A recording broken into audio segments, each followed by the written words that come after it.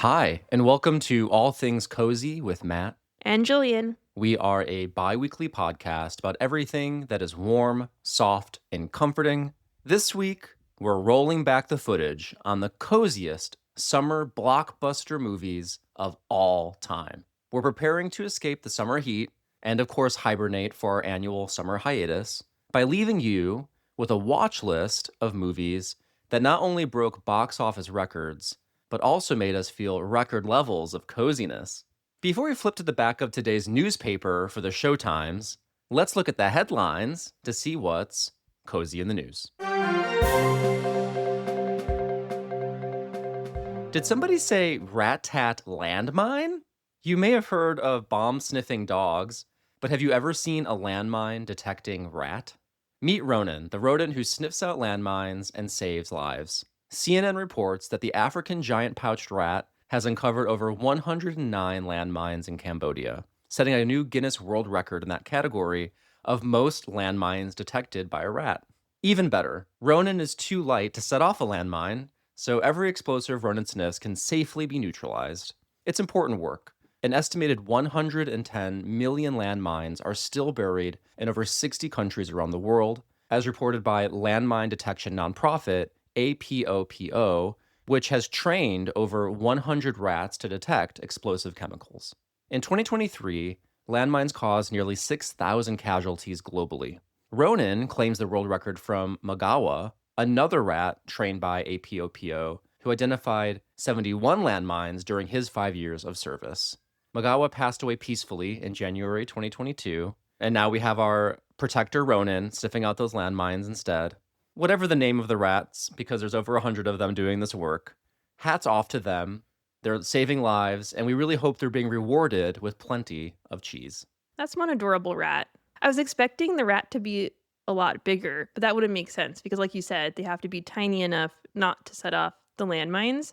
I will admit, obviously, the rat's super cute, but I was having so much anxiety when you were reading the news story. I would not want to be Ronan's handler. No, yeah, All they're good rats also make doing very mistakes. important and brave work going into these danger zones to remove these landmines. And what's extra cozy and cute, honestly, also is the gear that's being used. So the rats have these little harnesses, and you can look at them if you click on the link to the news article that's in our show notes.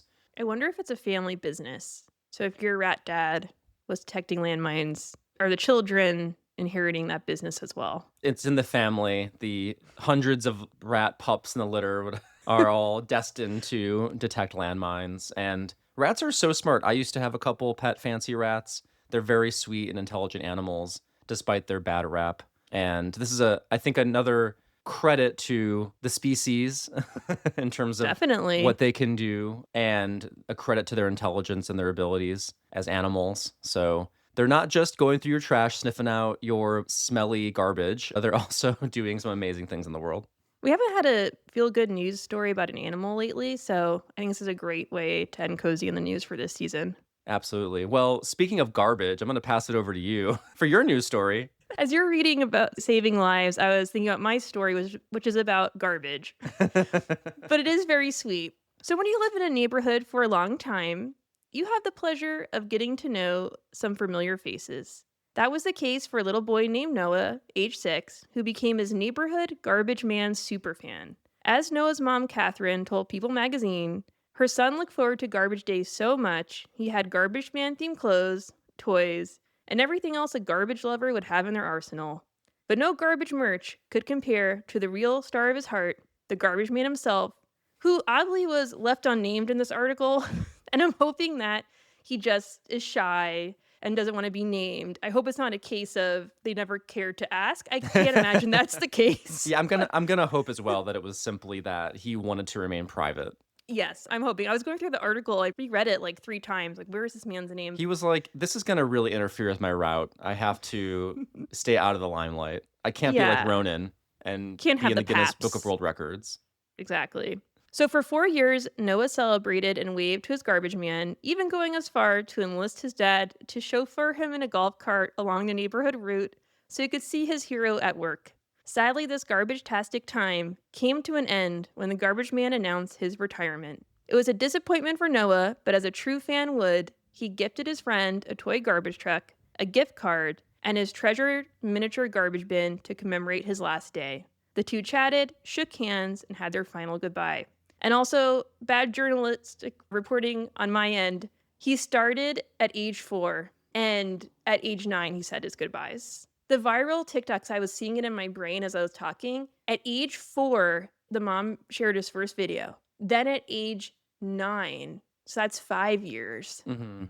Although the The People math article doesn't need says to that match. it was since he was 5. So there's some Let's real just say fuzzy math here, but you know what? okay. The math ain't mathin'. Let's I'm stop not a talking trash about the mathematician. reporting and get back to the Right. garbage. Okay. Yeah, ages aside, math aside, it's always hard to say goodbye to neighborhood friends, especially the ritual of it. Even if you don't know someone well, friendly nods and waves quickly become ingrained in us.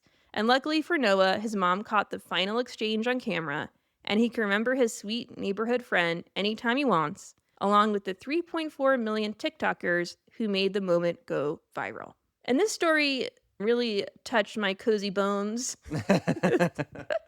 because my old neighborhood, I had this postman who I really liked, just giving a simple nod and smile to. And even if I was coming back from the store and he wasn't at my apartment building, we would give a nice smile and nod.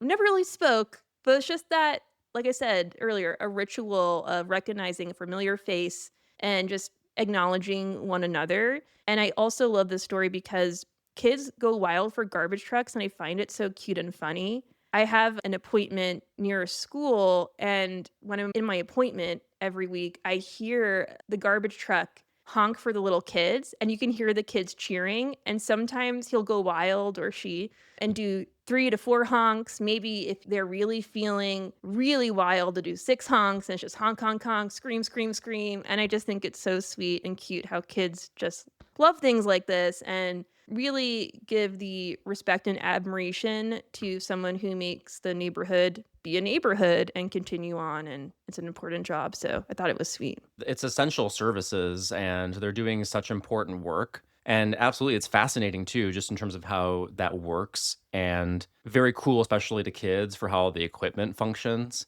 I really wish this kid, instead of a golf cart, which is very cute in and of itself, they could have made like a garbage truck sidecar that was like a mini garbage truck that he could just Oh, that would have like been so hop cute. into. They had a few years there to really Right. put together something Noah should have done special. more. This is another tidbit to the story. His dad is a fireman, so he didn't love fire trucks, and maybe his dad was like, "Yeah, kid, I'll ride you in the golf cart," but not to anything special.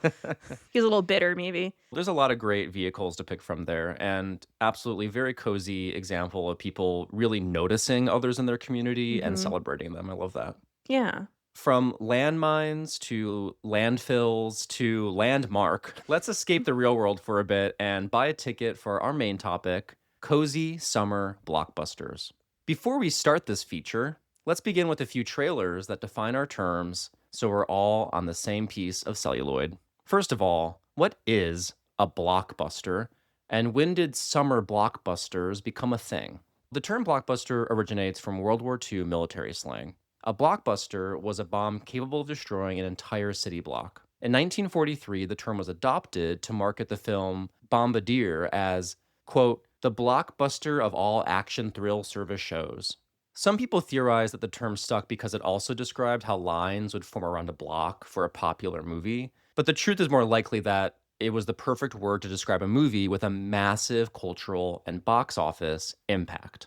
Regardless of how the term entered the scene, we now use the term to describe any film that is a major commercial hit. And summer, when the kids are out of school and folks are looking for a cool place to rest in the shade for a few hours, is a great time to release a movie that will likely appeal to a large general audience. As described by Tom Schoen in his book Blockbuster, How Hollywood Learned to Stop Worrying and Love the Summer, the modern summer blockbuster era began with the release of Steven Spielberg's Jaws in June 1975. This was the first film released in hundreds of theaters simultaneously with a massive national advertising campaign, something that was not typical at the time. Jaws created a frenzy, and it became the highest grossing film ever at that point. That is, until the release of Star Wars 2 years later. So we know a summer blockbuster is a movie that has mass appeal, spectacle, and cleans up at the box office. But what makes a summer blockbuster cozy? Of course, there's always nostalgia, movies you watched every summer growing up, but there's also how a movie can itself be warm, uplifting, And of course, yes, a huge moneymaker and cultural touchstone. After all, it's not much of a concern to any of us how much money a movie makes. Unless you're a producer out there listening to this, then yeah, I'm sure it matters to you. But for me, and I think for a lot of us, what does matter are really the connections these films help us create. From cherished memories to charged conversations, these cozy summer blockbusters certainly made a massive impact on our hearts. So, Jillian and I went through the long list of movies that made a lot of money during the summer. We're only looking at those May to August, basically, like early August, those really big summer tentpole releases, and tried to find for you, our dear listeners, really what are those coziest things. Now, of course, these are very big, popular movies, but we want to discuss them both in terms of how they have affected us and why we just love the tradition or experience growing up of going to a big summer blockbuster movie, even today when we still have those opportunities to do so. But even if you've seen these films, we hope our discussion helps you feel cozy. And maybe when you're bored this summer and it's either raining outside or too hot, you might want to stream one of these and reconnect to these cozy hits. So, first, we're going to talk about those summer blockbusters that were big hits when we were kids, or that really has that nostalgic feel for us. And to put it in very possibly cringe terms, gives us all the summer movie feels. So, Jillian, tell us about your childhood summer blockbuster and what it's all about, the impact it had on you, and what was it like going to the movies in the summer for you and seeing these big films?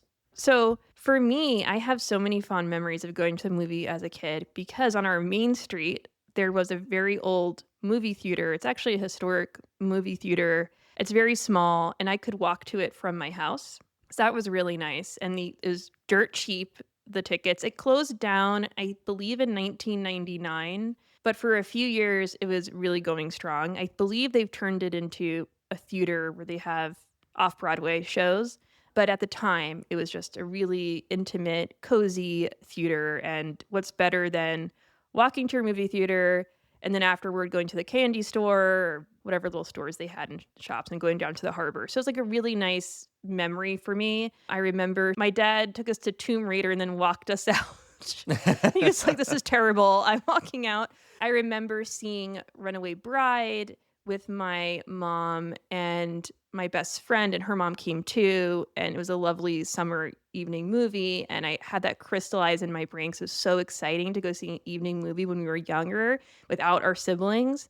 And that was just a really special experience. I saw Twisters. Did I see Twister there? Maybe I saw Twister in that movie theater. Obviously not my Twisters of last summer, which Matt adores and loves and I did watches all finally the time see on it. repeat. Oh, you did? I thought it was fine. Okay. I don't know why that really captivated me. If you listen to a previous episode, I don't know what episode it's on, but I love that movie. No, I'm glad you liked it. It was definitely a crowd pleaser, and the action sequences are truly excellent. I loved the way the twisters looked, the damage they did. It was really stunning to look at. Like, the special effects were great. Nothing else really appealed to me very much, to be perfectly honest, but I could see the spectacle of it that was really appealing. And look, if I also had a couple movie pours of wine, Yeah. as That was influencing me, yeah. movie pour being the large pour that ArcLight Cinemas used to offer here in Los Angeles when you would really want to like get a lot of wine in. You'd ask for a movie pour. Oh, yeah. Yeah, movies were such a big part of my childhood. My parents loved taking us to the movies, and especially when it's accessible and actually affordable, it was a lot of fun. Yeah. But going through the Rolodex of my memories, I was thinking, like, what kind of movie, not necessarily was out when I was of age to actually view it in the theater, but what did I maybe rewatch in the summer or reminds me of the summer and does make me feel nostalgic and cozy? And for me, that is Honey, I Shrunk the Kids, which was released on June 23rd, 1989. So just a few months before I was born. And I have my stats ready because Matt is such an impressive movie buff. And I wanted to make sure that I was hitting the points of what constitutes a summer blockbuster. Jillian's living in terror that I would say that her movie didn't qualify as a blockbuster. And so she came prepared with the stats to back it up. She has the figures for every single movie that she's going to mention today. We share a show notes document when we record these where we can see what each other is planning to say. So we try not to overlap so much. But next to each film she's going to talk about, there's in parentheses the amount of money it made. So she did all of the research into making sure these were big money makers, and we appreciate it, Gillian. Yeah, I'm, like, wondering, is, like, this a sub-symptom of ADD where I'm just, like, hyper fixated on, like, the stats? Because I was, like, double checking it and whatnot, but please don't fact check me, actually. Um, it gets Don't you confusing. dare fact check, Gillian. We don't want to hear it. So it was Disney's highest grossing live action film ever at the time of release. That's an important distinction. As I was doing my stats, I was like, oh no, not ever, just at the time of the release. It made 222 million worldwide, and opening weekend it earned 14 million, just behind Batman. And to be fair, it could be because many folks couldn't score tickets to Batman and settled for Honey, which would be an odd thing, but I had to settle for Balto instead of Toy Story in 1995, and sorry to take you on a little side detour, but it was the only time I was really naughty. I think I was 6. My mom said, "If you do not clean up your toys, we're gonna miss Toy Story. We won't be able to get tickets." And I was just taking my time. I remember it clearly, sauntering around. And so we got to the movie theater. We were late, and it was sold out. And so Balto was playing. We saw Balto. I was with my best friend. He was furious at 6. It's like, "I don't wanna see Balto." Balto's great. My mom said, "Just close your eyes." Just close your eyes. You don't have to look at the Balto.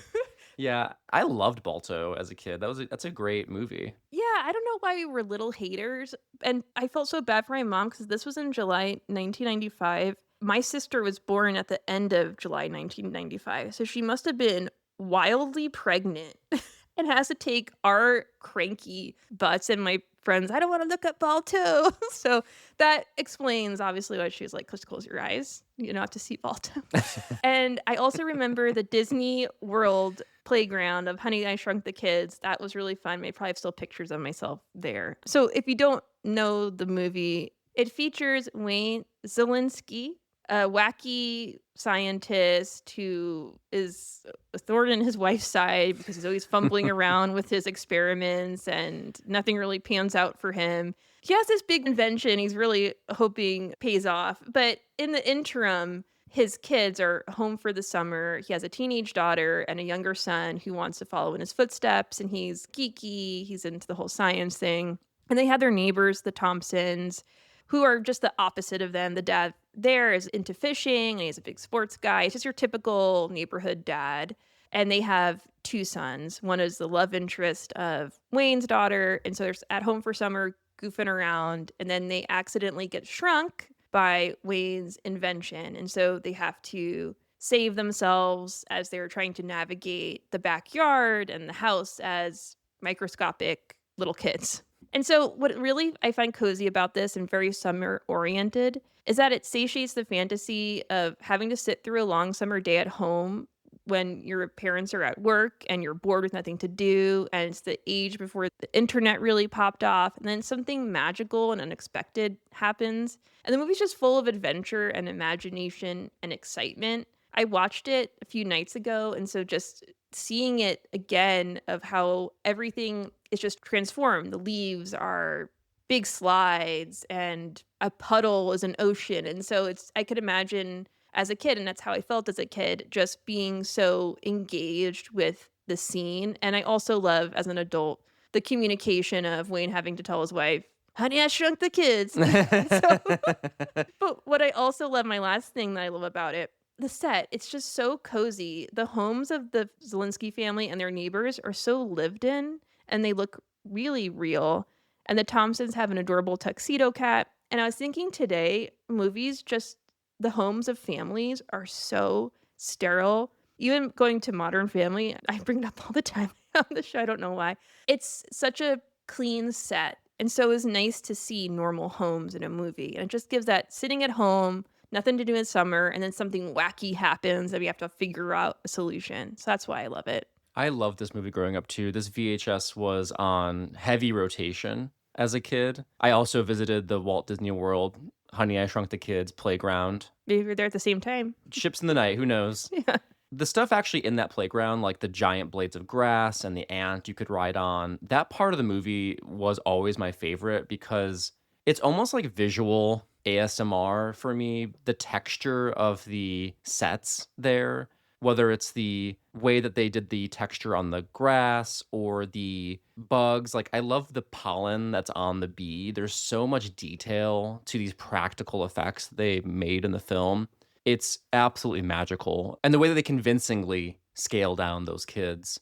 I was always so anxious watching this movie, though, even though I really enjoyed it and loved it, because I really was so worried somebody was gonna squish them. Like, it just they Yeah. really felt like they were in imminent danger at all times, but just so many fun things that they made large and then also dangerous, like cereal, Mhm. like needing a little, like, cereal life draft, like a little Cheerio to save you kind of thing. It was just a very imaginative, wacky movie that absolutely, I think, because of the existence of VHS at that time, really lived on from being a blockbuster in the cinema to being rented at Blockbuster. Everything you said, I totally agree with. Like, even the dustpan that created this really intense thing they had to escape from, and so everything was dangerous. I also was terrified that they were gonna step on them or they were gonna get sucked in by the lawnmower. It just still surprises me that this was a blockbuster. I love it. I think it's deserving, but it's just not something I would have suspected. So it just goes to show you just never know really what's gonna hit with people or spur a franchise. Yeah, and something that I noticed as I was looking through lists of movies that were blockbusters in the summer, you look at movies made before 2000, and there's such a variety of different types of movies that were big at the box office. Original material, romance, comedy, action, science fiction. We still have that variety in cinema, period, of course, but in terms of like real pushes to get a wide audience, like the advent of streaming and digital has really changed the way that we interact with movies. And then also like the superhero boom of the post Spider-Man era and Marvel's ascension kind of made movies like not taking away anything from fans of Marvel and everything, but that's a lot of what dominates like the big heavy hitters at the box office are those franchises and then reboots of those franchises of things that were blockbusters when we were kids. It makes sense. People wanna see what they know. It's a shortcut to people's attention to reinvigorate things that are familiar, totally makes sense. But it is so crazy to look at these lists and be like, "Wow, people really took a chance on Tootsie."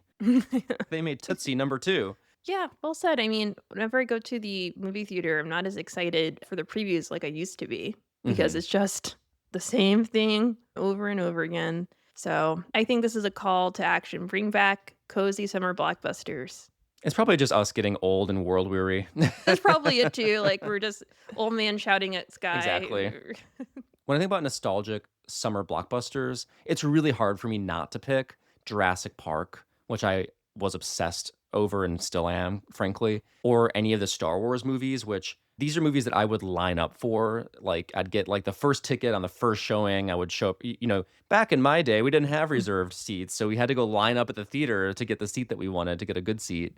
And so those are really fond memories of being at the movie theater in the summertime, like in kind of unusual circumstances, right? To see these like really huge releases. But we're here to talk about cozy things. As much as I love those movies, I don't know that I would call them cozy, except for cozy and how much affection I have for them. So there is that. But when I really put on the cozy lens, my choice has to be 1994's The Lion King. The Lion King was released on June 15th, 1994, and it was so impactful. Like you, Julian, I have a visceral memory of seeing it, not just the first time I saw it in theaters, but like the multiple times I went back to see it again because movies wouldn't come out for home viewing until a year or more later after they were Oh, out in right. theaters. And so you had to soak it up while you could. And if you were really enjoying a movie, you would see it multiple times in a theater. And I love The Lion King. I saw it multiple times in the theater. In fact, I was so excited about the VHS release of The Lion King. And back then they came in these really puffy containers of Yep. the VHS. It was like really just fun to hold. And I think it's perfect for kids because you could give it to a kid, they could drop it, and the cassette would be okay. But I remember getting like a cutout picture of it for my birthday and my birthday card being like, "You're gonna get the Lion King VHS when it comes out in 6 more months," or whatever. It was like over a year from the point that it came out in theaters.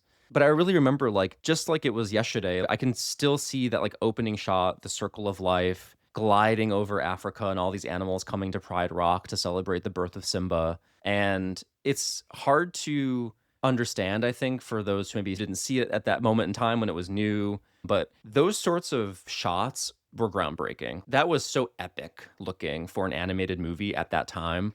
it was not only just like such a fun movie with amazingly catchy music, but also just visually stunning as well.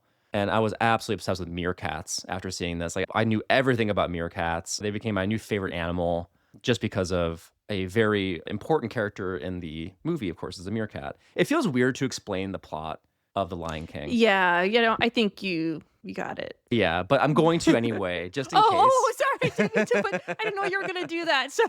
I didn't mean to feel like a hater. Yeah, I mean, like, who would have thought Shakespeare's Hamlet would be the perfect material to adapt for a Disney animated film? The geniuses who wrote The Lion King did. And so it's set in the Pride Lands of Tanzania, and the film follows young Prince Simba, who flees his kingdom after his evil uncle Scar murders his family. King Mufasa, again, these are all animals, these are lions. And then Scar convinces Simba it was all his fault, so Simba runs away, gets older after being rescued by Timon and Pumbaa. There's the meerkat is Timon, Pumbaa is the smelly warthog. They teach Simba to live under the motto Hakuna Matata, no worries in Swahili.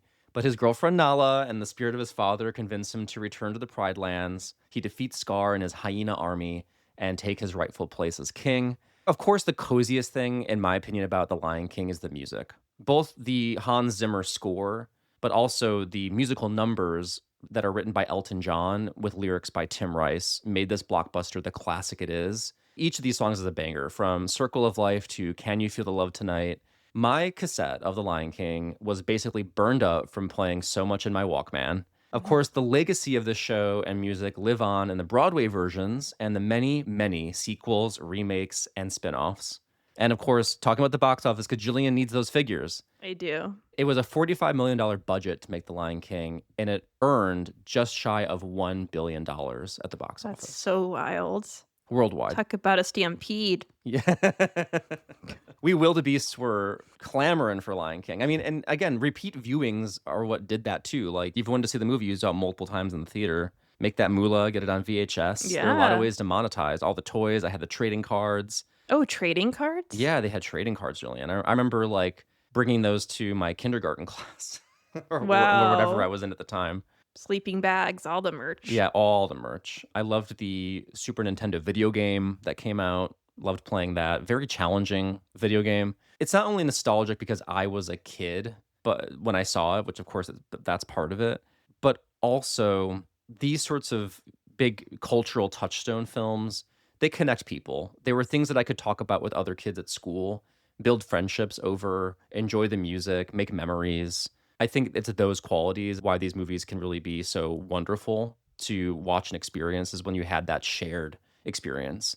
Not just even like afterwards with folks later, but also just the shared communal experience of watching the movie with a live audience, like a packed theater. Like that movie theater was packed. This is the golden era, or maybe the new golden era. I'm not sure what Disney experts would say, but like I think we can all agree the 90s was a golden era for Disney animation. Coming hot off the heels of Aladdin and stuff like that, and the Beauty and the Beast. This was just another hit from Disney, and such a fond memory of seeing this movie and singing the songs until I was blue in the face as a kid. As you were talking, I was thinking how special it was that you got to see that in theaters. Because a lot of people miss that cutoff. And so to be able to have that experience, see an iconic Disney movie in theater and multiple times to boot with the 90s colors surrounding you, you can't beat it. That's a king level memory. Yeah, call me Mufasa. Yeah. And it's cute how you got so into it. And that's just stored in your DNA now, just because it's a part of your childhood, like you said, forming friendships, the trading cards in kindergarten, your whole entire movie experience. Yeah, it's like your first foray into being invested in the magic of movies, I think. Yes. Were you into Disney animated features as a kid? And which one of the 90s batch was biggest for you, if so? I loved The Little Mermaid. I was obsessed with it. I had a Little Mermaid tiny car that I drove up and down the driveway. I had the pajamas. I had the bedding.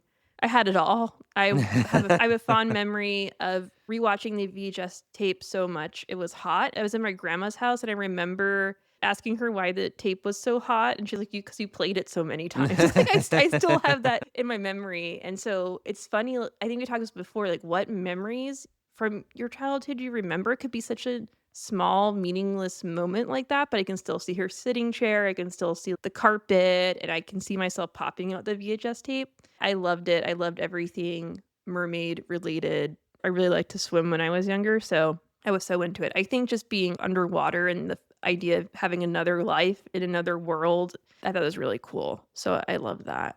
Gillian just wants to be part of our world.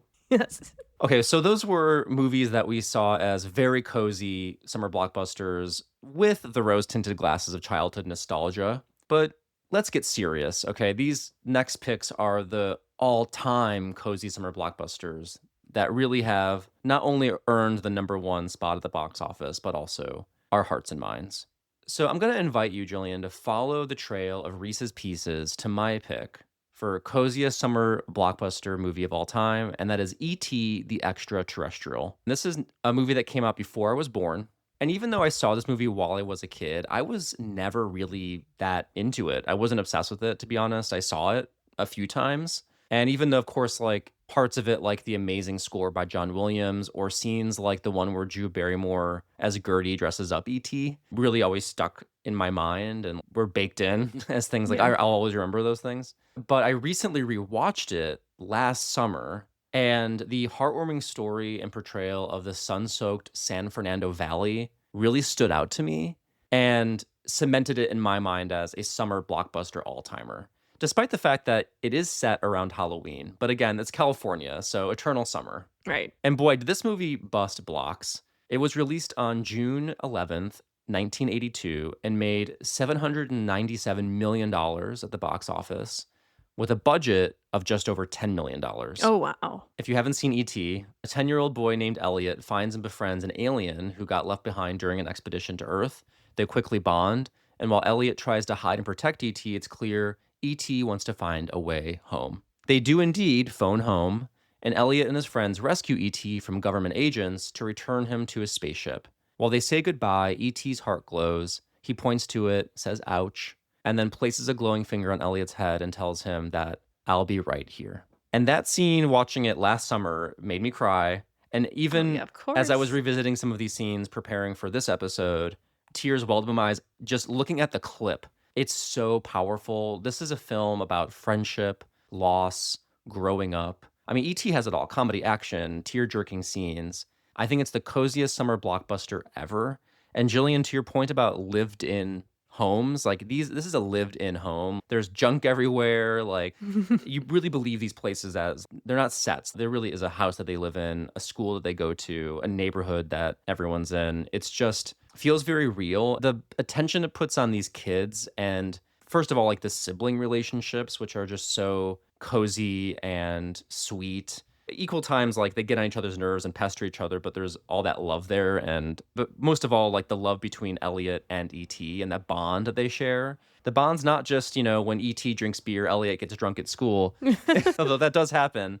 It's also like memories of making friends, losing loved ones, but always knowing that they're going to be in our hearts and minds. And we can all relate to that message. And I think that speaks to like part of the reason why this was such a massive hit is just how universal the message was and how it can touch so many people. And of course, it's only fitting that like the guy who set off the whole summer blockbuster trend with Jaws, Steven Spielberg, earned the title of director of the coziest summer blockbuster movie of all time for me. This is an incredible pick, and I don't even know why it didn't cross my mind when we were doing this exercise. And that's why I just love us coming together and sharing our different picks, because you can hear the other perspective, and then it hits you. It's like, whoa, this is a perfect summer movie from start to finish. And I think it hits on the Honey, I Shrunk the Kids point I made, which is that a kid is just living an ordinary life and maybe struggling in some ways, and then they're hit with something really important. And it gives them a sense of having a place in the world and doing good. 'Cause isn't there a scene where they're at the very end, they're running from people who want to capture ET? Exactly. Government agents who are trying to study ET and take him away from Elliot. And then ET uses his power to make Elliot fly on the bicycle right over the government agents. And that sweeping John Williams score kicks in and they're flying over and they get silhouetted by the moon. And it's just like a really incredible scene. Yeah, beautiful. So incorporating magic into a kid's life when they need it the most is another like summer theme. But I don't know if you remember this, if you've ever been to the Universal Studios in Florida. Is there an ET ride or there was an I don't ET know. ride? Actually, I was pretty late to Universal Studios. I didn't go to Universal Studios for the first time until I went to the one that's in Hollywood as an adult. Like, I never went to Universal Studios as a kid.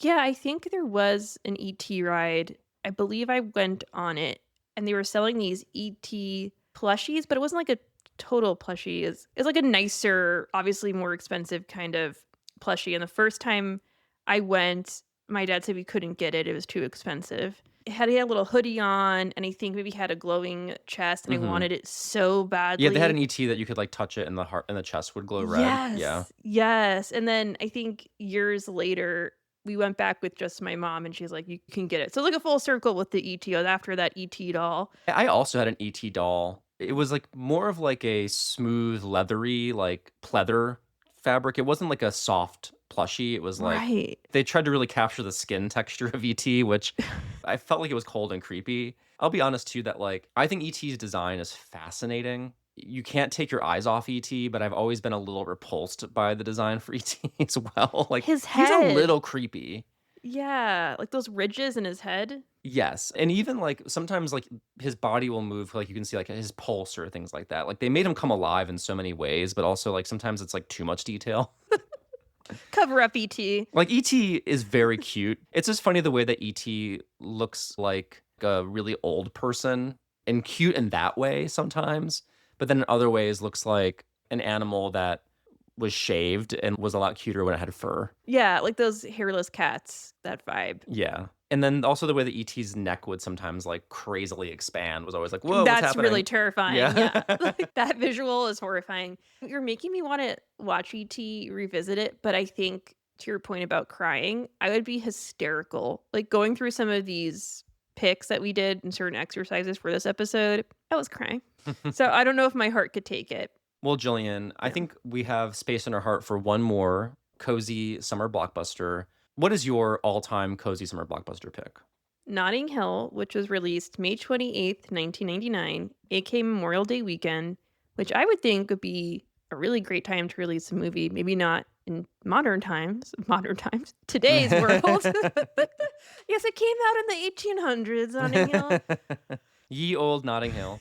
It had a budget of 42 million and it grossed 364 million worldwide, 116 million domestic, and had 27.7 opening weekend. She's breaking it down. I'm breaking it down. I was checking my facts and Here's figures. Jillian Walters with the box office roundup. And here's another box office factoid. At the time, it was Britain's highest grossing film of all time. At the time of all time, got lots of times in there.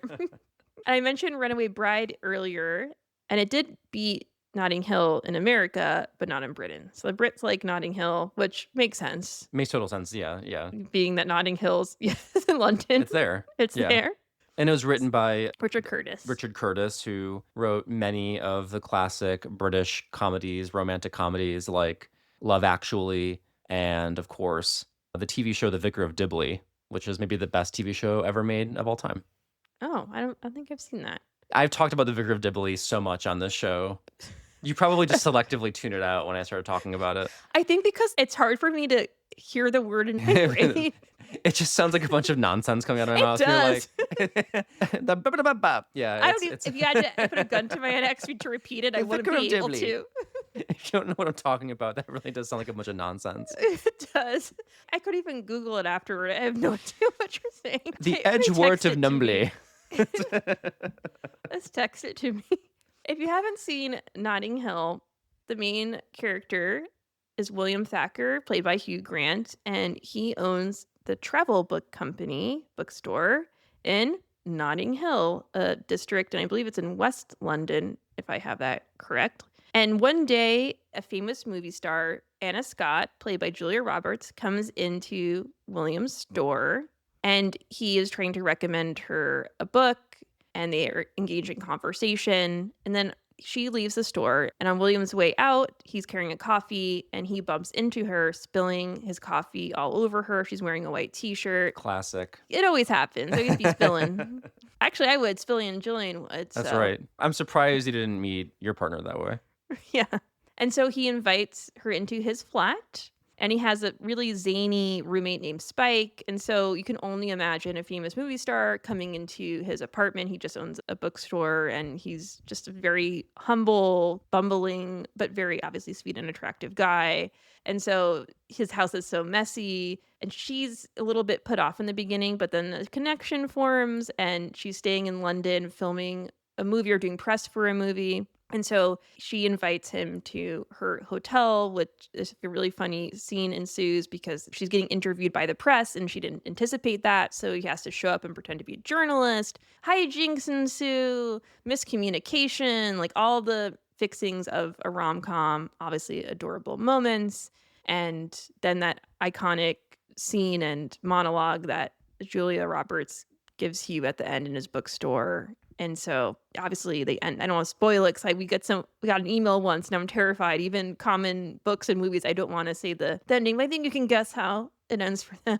The movie is 26 years old, so I think we can They fairly end talk up about it together freely. then. They get married. Okay. If you wanted to see Notting Hill, you had a long time to do it. It just left Netflix, so your chance is over to watch it on Netflix if you have a Netflix account, but I'm sure it's streaming in many other places. I don't know for how much, but I saw it for free on Netflix. I guess I paid for it. That's like a wonderful thing to see on your Netflix queue, those iconic movies. I love this movie because it's just so sweet and simple. Obviously, the neighborhood of Notting Hill is super cozy, and the fact that he owns a bookstore, that I think was one of the early iterations of a main star in a rom-com owning a bookstore, which seems probably really cliche now. But it's also nice that he was a man who owned a bookstore. That sounds like a pro man. Yeah, I want to see men owning more stuff. Finally, this representation matters. Male bookstore owners on screen at last. I think because he's more of a feminine kind of guy, I guess from like stereotypical, if we're talking from stereotypical gender roles. So Hugh Grant never leans in, obviously, to that kind of leading man role. And so to see him just being this sweet, bashful guy who owns a bookstore and just being a really great friend. He's really great friends. He has a sister, Honey, and then he has a married couple. He's friends with Max and Bella. And so he has like a wonderful friend group.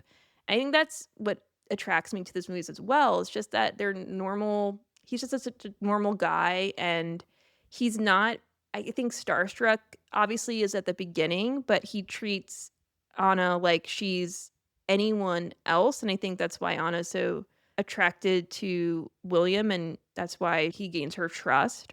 But also there's some funny scenes that I just love. I love like the comedic misinterpretation. So when he goes to her hotel to see her, the Horse and Hound interview, so he pretends that he's with this magazine, equestrian magazine, Horse and Hound, because he spots it on the table. And so when her press people are like, well, who are you with? And he goes, Horse and Hound. And so the press person is sitting in the interview and him having to come up with questions. Not only has he not seen the movie, but it's funny, he's asking questions from the perspective of this equestrian magazine. And so it's typical Hugh Grant humor. And I love how easy he is with comedy and how naturally it comes to him. I have to say on the rewatch, Julia didn't really stand out to me as much, but I do think they have chemistry, and that chemistry is really well represented in the garden scene. So one night after dinner with friends, he introduced her to his friends and sister and Spike, and they're all at dinner together. And it's a really warm scene where they're all getting to know each other, and Anna can be herself and just feel relaxed and not like the press is hounding her, because that's a really big theme with her in this movie, where she feels like she can't open up or be vulnerable.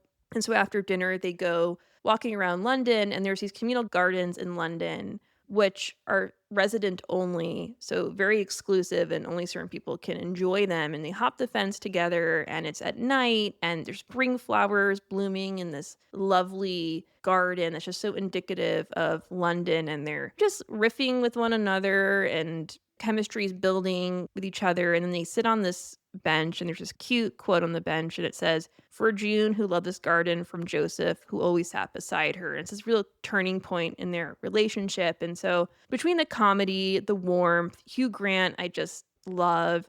I think it was the first really setup of now it became a cliche of two different stations in life, and what do they make of it, and how can they make this work kind of thing. So I love it for that reason. And there's also one last scene I want to talk about where they have this parting, Anna and William, where they separate over a misunderstanding. And to show that 6 months have passed between their argument, Hugh was strolling through this one street of Notting Hill, and the seasons change. And so it's really nice to see Notting Hill in the fall, summer, spring. And it's just really a lovely scene that I find super cozy. Notting Hill, I would have loved to have been in my 20s and gone to see this. Maybe a little outdoor dining and then head up Notting Hill. That would have been really lovely. But alas, I was, I don't know, 9. So no glass of wine in Notting Hill for me. Just a little tea set. Yeah. This is a great pick and such a cozy movie. And it's also like a great era of high budget romantic comedies around this time that came out. And this is a great pick from that set of films that really found an audience in people hungry for romance and comedy. Duh. And it's a great pick, Julian. Thank you. Yeah, like you said, it sparked a generation of really great rom-coms before it died off. Exactly. Yeah. The golden age. It's a great era to revisit. Thank you for reminding us of it. Yes. Before we roll the credits on this topic, let's do a quick batch of questions about summer blockbusters. So, first question, Julian. What's your ultimate summer movie watch snack pairing? Fresh guac and tortilla chips as the main snack. And then maybe some mini ice cream sandwiches. And this summer, I might have to check out Pop-Tart ice cream sandwiches. And we already talked about how much we love Pop-Tarts here. And now they're Ooh. releasing some Pop-Tarts ice cream sandwiches. So maybe I'll be munching on that this summer with my movies. I'm going to have to try those out. Those look delicious. I know, so good. But they need to get the s'mores flavor, which I don't see. You know we love the s'mores. Yeah, it looks like it's only, chocolate fudge, strawberry, and brown sugar cinnamon. Yeah, they got to get on that, especially for summer. Where's the wild berry? That's what I want to know. Yeah, we have some emails to write. Yeah. For me, it's just popcorn and a soda pop. I keep it classic. Always got to Classic. get my popcorn and soda. Honestly, that combo has never evolved for me. It's always been my movie watching go-to, just very basic in that way. The only way that I've updated it in recent years is that because now there are these like crazy amount of options on the soda dispensers at movie theaters, I'll get a vanilla Diet Coke or something, like really walk on the wild Crazy. side. Second question, which summer blockbuster do you rewatch the most? Crazy Rich Asians because it's always on the plane. And so it's my go-to plane ride watch, but I love it because it's one of the last summer movies I ever saw at the ArcLight, so it holds a special place in my heart, and I think it's the perfect summer movie because of the lush and vibrant scene. It feels like you're taking a vacation without leaving your chair. There's romance, drama, and laughs, and that's the perfect combo for a summer movie. That's a great, more modern example of a summer blockbuster. Thanks for giving us an updated version of this because I'm throwing it back to the 90s again. I watched Jurassic Park every year, not even intentionally. If it's on cable, if I'm just flipping channels, I feel like I'm saying that and I'm like, who's doing this still? But I have YouTube TV, and so I still will occasionally Channels. look through the directory. And if I see Jurassic Park, I'm watching it. And so I've seen this movie countless times. Truly, I could not count how many times I've seen Jurassic Park. So it's got to be my pick. Oh yeah, I mean, that screams summer to me. I find it very cozy just because I love the characters so much. And as a kid, I was obsessed with dinosaurs. And so just seeing those dinosaurs brought to life. And it's incredible how the special effects still hold up. It's amazing. Oh yeah. Oh yeah. Oh, yeah. Oh, yeah. Question 3. Which villain from a summer blockbuster seems actually cozy to you? Gru from Despicable Me. And maybe I just have a connection to him because I saw it with one of the kids I babysat in Boston, and we saw this movie in Boston together, and we're just like laughing and having such a good time when we saw it. And I love him because he's cozy, especially with his goal, which is to steal the moon. I think that's a very cozy, villainous goal. And just the fact that when he was younger, he was bullied and neglected, I always have a soft spot for that. And he dreamed of going to the moon, so a sweet origin story that I feel sympathy for. And I just love the funny one-liners. I'll quickly say there's one scene where Edith, Agnes, and the minions are interrupt one of his villainous meetings to ask for pizza, and he begrudgingly says yes, and they push the limits and ask for stuffed crust pizza, and he just snaps back, "I'll stuff you all on the crust." And I don't know why that just like really cracks me up. Yeah, I Gru. always want to feel like I'm like bigger than these Minion movies, but then I like see bits of them on TV and I'm like, oh, this is really funny, actually. Yeah, no, it really is. It's so funny. I was laughing all week long at these clips and I was revisiting it. Yeah, I mean, Gru technically is the anti-hero if we're gonna split hairs, but I'll accept it. He starts out as a villain. Okay, My pick it's remains fair. a villain until she gets her comeuppance at the end of the movie, and she is the fairy godmother from Shrek 2, which came out on May 19th, 2004. Partially, this is because the fairy godmother in that movie is voiced by comedy legend Jennifer Saunders, but also because of her cute updo, her snazzy dresses, and of course, her little fairy wings. When she sings I Need a Hero at the climax of the film, I almost want her evil plan to succeed. Yeah, I have to rewatch the Shreks. I haven't seen. I think I Yeah, was you just one do a and done. Shrek marathon, Julian. I could just see you putting on a couple of green horn ears and just going crazy one day. Yeah, I guess probably not. Maybe I don't know. Maybe if Finbar comes back, we'll put on Shrek. That's Get a out of reason to Julian's revisit. swamp. I don't know. It always disturbed me a little bit. I don't want to ruffle any feathers, but I always found the animation style of Shrek to be off-putting. Yeah, maybe Yeah. that's I don't want to ruffle feathers as well, But but I think the storytelling and the comedy are pretty top-notch, especially in the first couple of movies. I really loved Shrek 2 more when I watched that. I had friends who were obsessed with Shrek, but I didn't really get into Shrek until Shrek 2. It's all because of that fairy godmother. yeah, I never was Shrekin, but with my nephews, maybe we'll be. I always feel sad when she turns into a bunch of bubbles. I'm like, "Oh, I don't want her to just to go away like that." Like, I want her to still be around. I want all villains to be around as bad as that sounds. I don't want anyone to meet We a believe in hideous death. villain rehabilitation here on All Things Cozy. Okay, fourth question. Which summer blockbuster always makes you cry? Toy Story 3, and I was watching clips back to prepare, and I was crying. It's sad because Andy is departing to college and he's saying goodbye to his toys for the final time. So it's the end of an era. And then the twist the knife further, the toys are watching Andy drive away. And speaking of villains, Lotso, the bear, the teddy bear, I won't go into his villain origin story, but he remains a villain. So maybe I should have chosen him for my villain, but I find his villain origin story so heartbreaking. And I just have this real attachment to inanimate objects. I'll even be at the grocery store and I'll see like a bruised apple or something. And the apple will be saying, "No, take me." I'm not talking to fruit at the grocery store. I just wanted to make that part clear. She's not talking to fruit at the grocery store, but Yeah. So very sad scene. It's just the end of something. 100%. That movie made me cry too. And to continue the Pixar train, Inside Out, Justice for Bing Bong, and the first 10 minutes of Up. Not to be cliche, but those movies are all make me cry. Oh yeah. So many tears. Last question.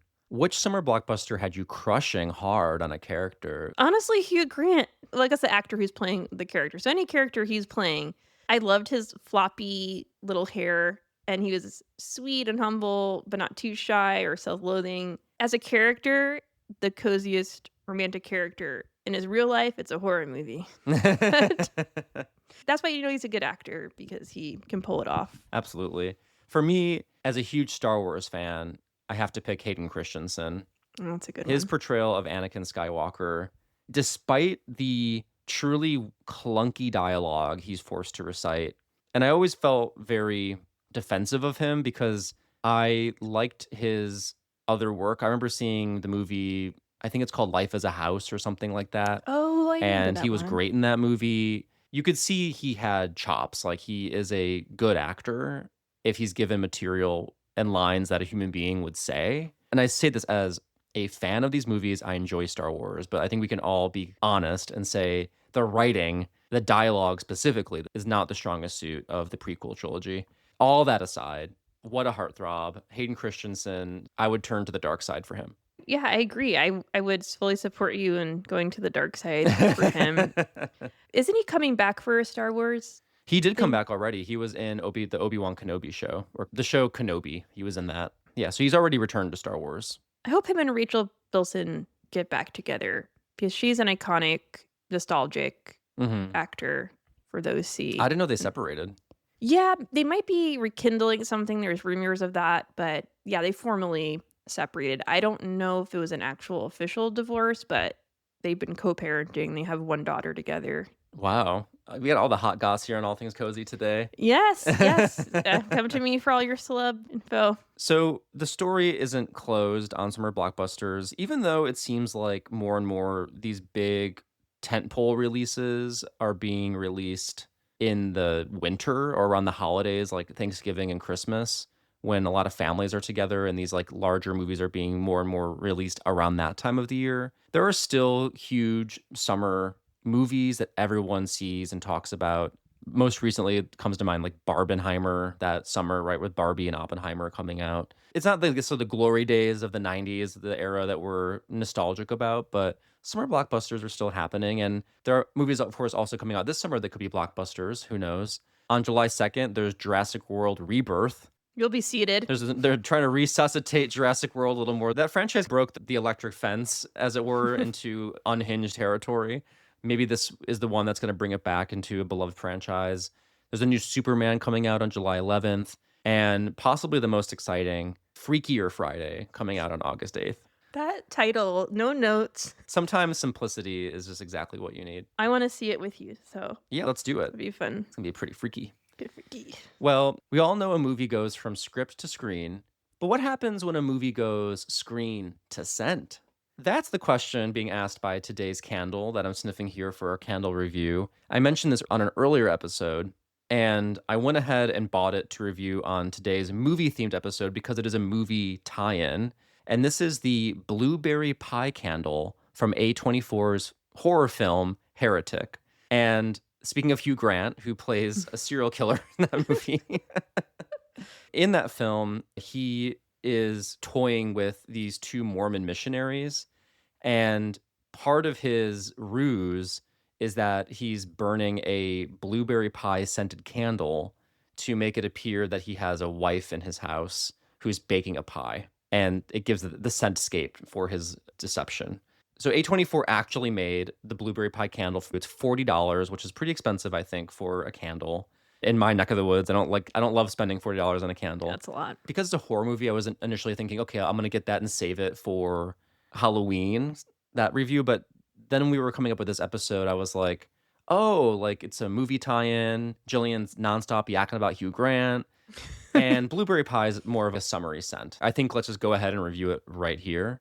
So it's described as make your house guests question everything with the Heretic Blueberry Pie Candle, scented with flaky buttery crust and zingy blueberry filling. And it's made in partnership with A24's friends at Joya, which is a candle making company. And so the top notes are blueberry, plum, and pineapple. The heart of the scent is raspberry blossom, coconut, and milk. And I've never heard this term before, and it goes to show that you can learn something new even when you like review candles almost every other week for 8 years or so. The dry down apparently is like in perfume. It's like the final stage, like how it just evaporates away, like those base notes. I think a lot of times we see this listed as the base note. So this is my first time seeing it listed as a more like in more perfumey lingo as the dry down, which I thought was sound very fancy. So the dry down is vanilla, caramel, tonka bean, and sweet musk. This candle smells exactly like a blueberry pie, freshly baked. It's not cloying. It doesn't smell fake. It smells like a real pie. It's a Ooh. gorgeous scent. I love it. I would Ooh. absolutely wander deeper into Hugh Grant's labyrinth of a home in Oregon. I really love this candle. I think it makes you want to check out more of the candles that Joya makes, because I think if they're coming out with this kind of quality, and it's just like fun to have something that has the exact same label that the blueberry pie candle has in the movie, so you have a movie prop. Now, granted, it says A24 on the candle too. That's not on the label in the movie, but it's identical otherwise. So you're bringing the cinema to your home with this candle, but really what you're doing is delighting in a beautiful blueberry pie scent. For $40, you better get your money worth. Yeah. This is a wick up for me. I'm very impressed. I'm very happy with how this candle smells. And it burns very cleanly. A very summer scent too. Yeah. Blueberry pie. Yeah. So just ignore the fact that it's from a horror movie and just enjoy a well-made blueberry pie candle. I think it's so fun. I'm glad you tried it out. It's time to leave the theater. The ushers are pushing us out. They need to clean the aisles. And that is a wrap on this current season of All Things Can't Cozy. believe it. It went by so fast this It went year. by so fast. We are Off on our annual summer hiatus for the months of June and July, Julian and I hibernate. We lather on sunscreen. We see family. We We enjoy watch the Reba. yeah, yeah. Jillian's actually, as soon as she's done recording this, is jetting off to the Bahamas. I'm actually not even kidding. She's really doing that. So Yeah, it's just this wild and crazy. Yeah, I'm looking forward to it. It's been really cloudy and rainy here in LA. So actually seeing some sun is going to be nice. And just, yeah, getting away. And I love to go to the airport, oddly.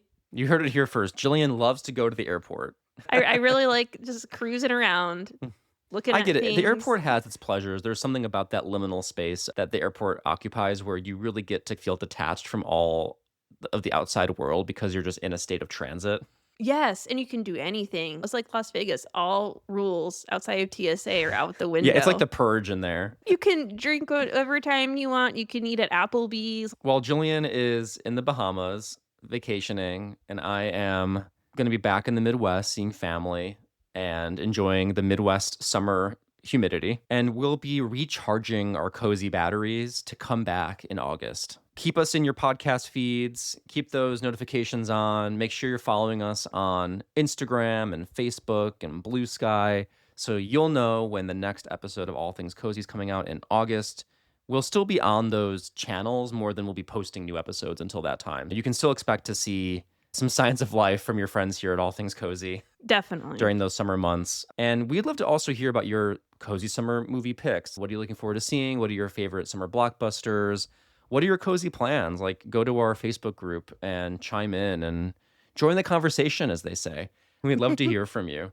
Of course, also keep the cozy dream alive by reviewing us on Apple Podcasts or Spotify or wherever you listen to podcasts. And you can support our show. Now, we don't charge our patrons in the summer because we're very good like that. We're very honest. We're not putting out Mhm. products. We're not taking your money. We pause our collection in July and June, but you can join for a fresh batch of perks and merch up in August. It's a great time to start being a patron is over the summer and into August because you get to really maximize those benefits, maximize your time in the book club for our book club picks and meetings, really get your All Things Cozy mug early because it takes 3 months of membership to have the mug come Right. to you. And we're going to have a brand new mug design for you. I think it will be the last in our mug series. So if you've been on the fence about grabbing a mug, this is your final chance to get an All Things Cozy mug. Anyway, hop on all those opportunities, stay connected with us, and we'll have fresh, cozy episodes for you in August. We hope you stay safe, stay cool, and as always, Stay cozy.